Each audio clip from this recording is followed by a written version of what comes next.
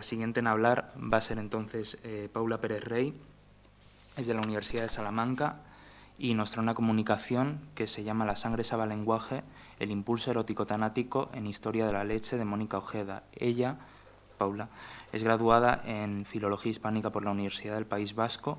Durante el último curso obtuvo una beca ICASIC de colaboración con el grupo de investigación Cambio Social, Precariedad e Identidad en las Sociedades Contemporáneas, y el pasado curso realizó el máster de Literatura Española e Hispanoamericana, Teoría de la Literatura y Literatura Comparada en la Universidad de Salamanca. Sin más dilación, Paula, tienes la palabra. Bueno, yo, como indico en el título, voy a hablar sobre el poemario de Mónica Ojeda, pero primero voy a abarcar brevemente la noción de mito y también voy a indagar en dos aspectos de su poética que considero que son importantes para el análisis de esta autora. En primer lugar, en cuanto a la noción de mito, quiero empezar señalando que en general se suele contraponer al logos, ¿no? O sea, desde la propuesta cartesiana, desde la Ilustración, como hemos asistido a un predominio cultural del discurso racionalista, positivista, logocéntrico, que en general rechaza en extremo toda clase de pensamiento mítico. El mito se suele entender como una irracionalidad, como una mentira o, bueno, como una tontería, ¿no? Básicamente. Que, bueno, en realidad también son, en mi opinión, a veces posturas fáciles que rechazan en extremo cualquier cosa que no se corresponda con un naturalismo estricto. Pero bueno, el mito, al igual que otro tipo de conocimiento, también son parte de regímenes epistemológicos que merece la pena prestar atención. En este sentido, quería rescatar una cita de Ortega y Gasset que dice: «Llamar a algo mito no supone que se le niegue un fondo de realidad, todo lo contrario. Nada es mito si no lleva dentro de la médula una experiencia humana real». Con esta cita quiero recalcar que el mito se fundamenta en una experiencia humana real, contextual, que, bueno, evidentemente parte de los valores y de las creencias de una sociedad concreta, y hay que entenderlo en tanto que hechos humanos, hechos sociales y hechos de cultura. El mito es una construcción humana que, en general, bueno, no es ajena a la realidad y suele, como indica Mircea Eliade, que, bueno, es un historiador de las religiones, no sé si lo conocéis, pero bueno, tiene una obra monumental sobre mitocrítica y explica cómo los mitos en general narran creaciones o hechos materiales que pueden abarcar desde el surgimiento de una especie vegetal hasta un comportamiento, una actividad humana. O sea, es decir, hay mitos que cuentan por qué existen los cocos o por qué el humano pues dejó de ser nómada. Entonces, muchas veces el mito responde a esta necesidad de dar nombre a una materialidad inexplicable, ¿no?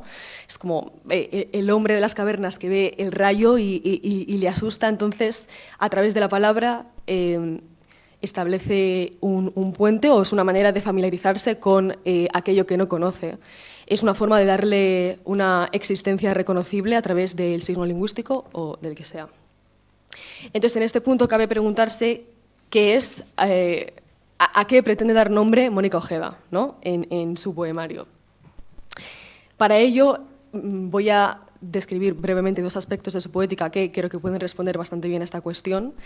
El primero es su intención a la hora de escribir, ¿no? Cuál es su voluntad, qué es lo que quiere hacer con la escritura, que ella misma ofrece una respuesta y afirma que a través de la escritura trata de indagar en el impulso natural y destructivo de la experiencia de ser humano.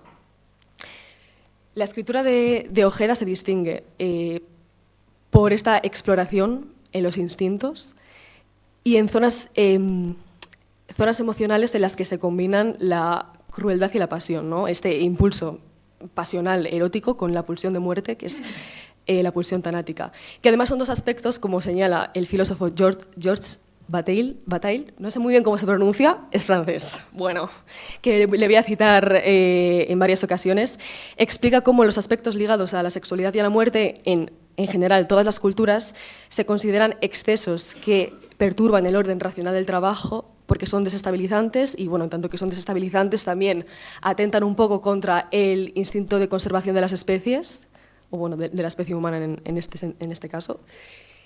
Y bueno, también dentro de todas las definiciones positivistas que se dan acerca del ser humano, estos aspectos quedan completamente excluidos, entonces Mónica Ojeda lo que suele hacer es tratar de ponerlos en primer plano. El otro aspecto que quisiera destacar es el juego con el lenguaje, la experimentación formal que hay en toda la obra de Mónica Ojeda, que en concreto en esta ponencia no me voy a detener mucho en los aspectos formales, pero me interesa recalcarlo sobre todo por la relación que tiene con esta exploración de los instintos.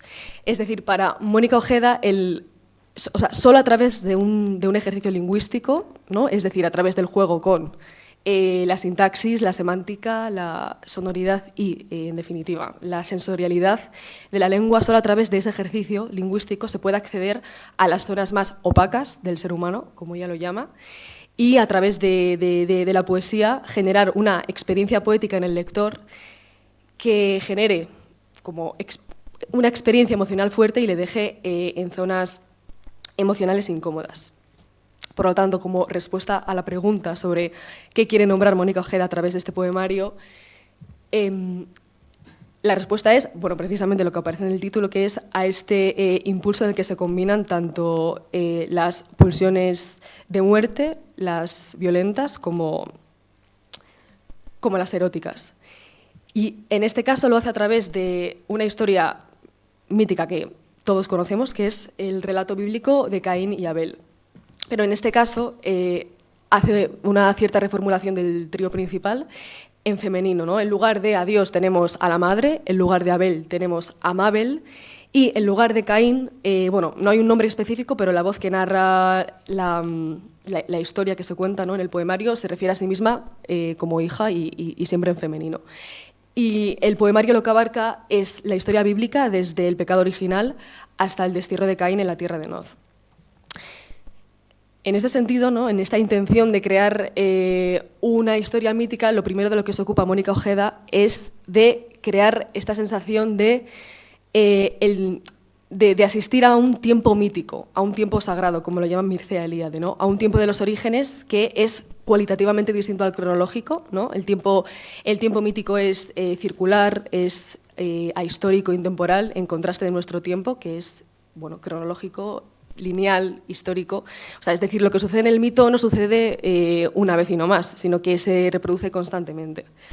Así sucede también en el poemario, sobre todo a través de uno de los capítulos que se llama Botánica de Quincy, que se abre con unos epitafios, estas inscripciones que están en las tumbas o en las lápidas, que rememoran figuras literarias que, al igual que la historia de Caín y Abel, han sido asesinadas en contextos familiares, violentos e íntimos.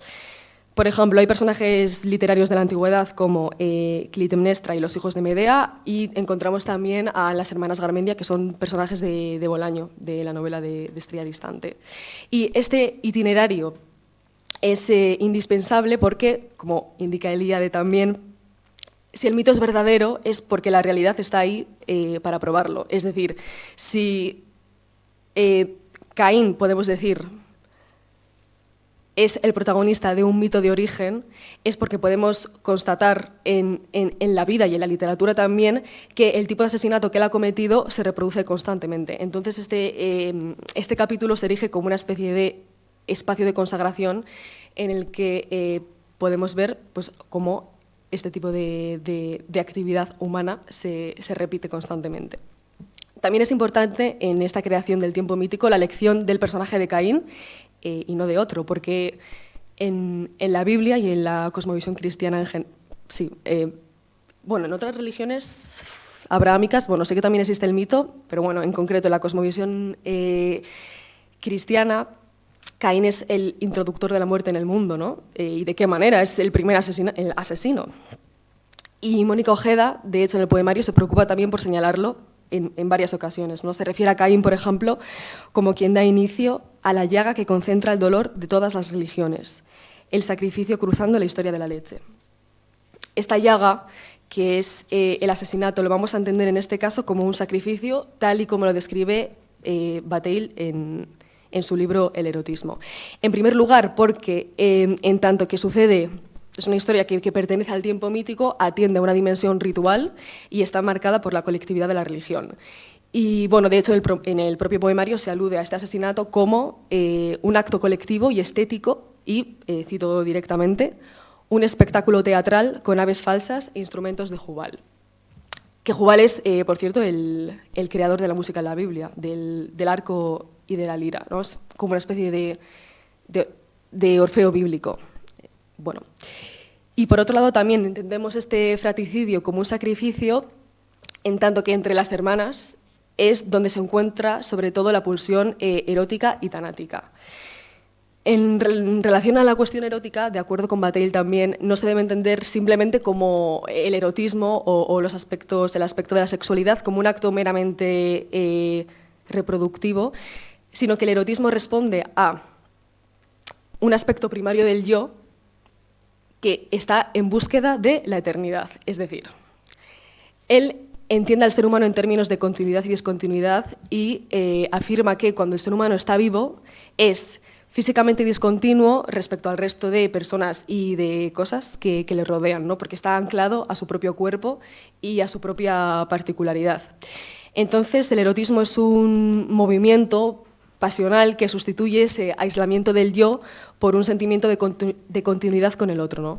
En la unión erótica, que puede ser carnal, pero también simbólica, dos sujetos se unen y ponen en cuestión los límites de su individualidad.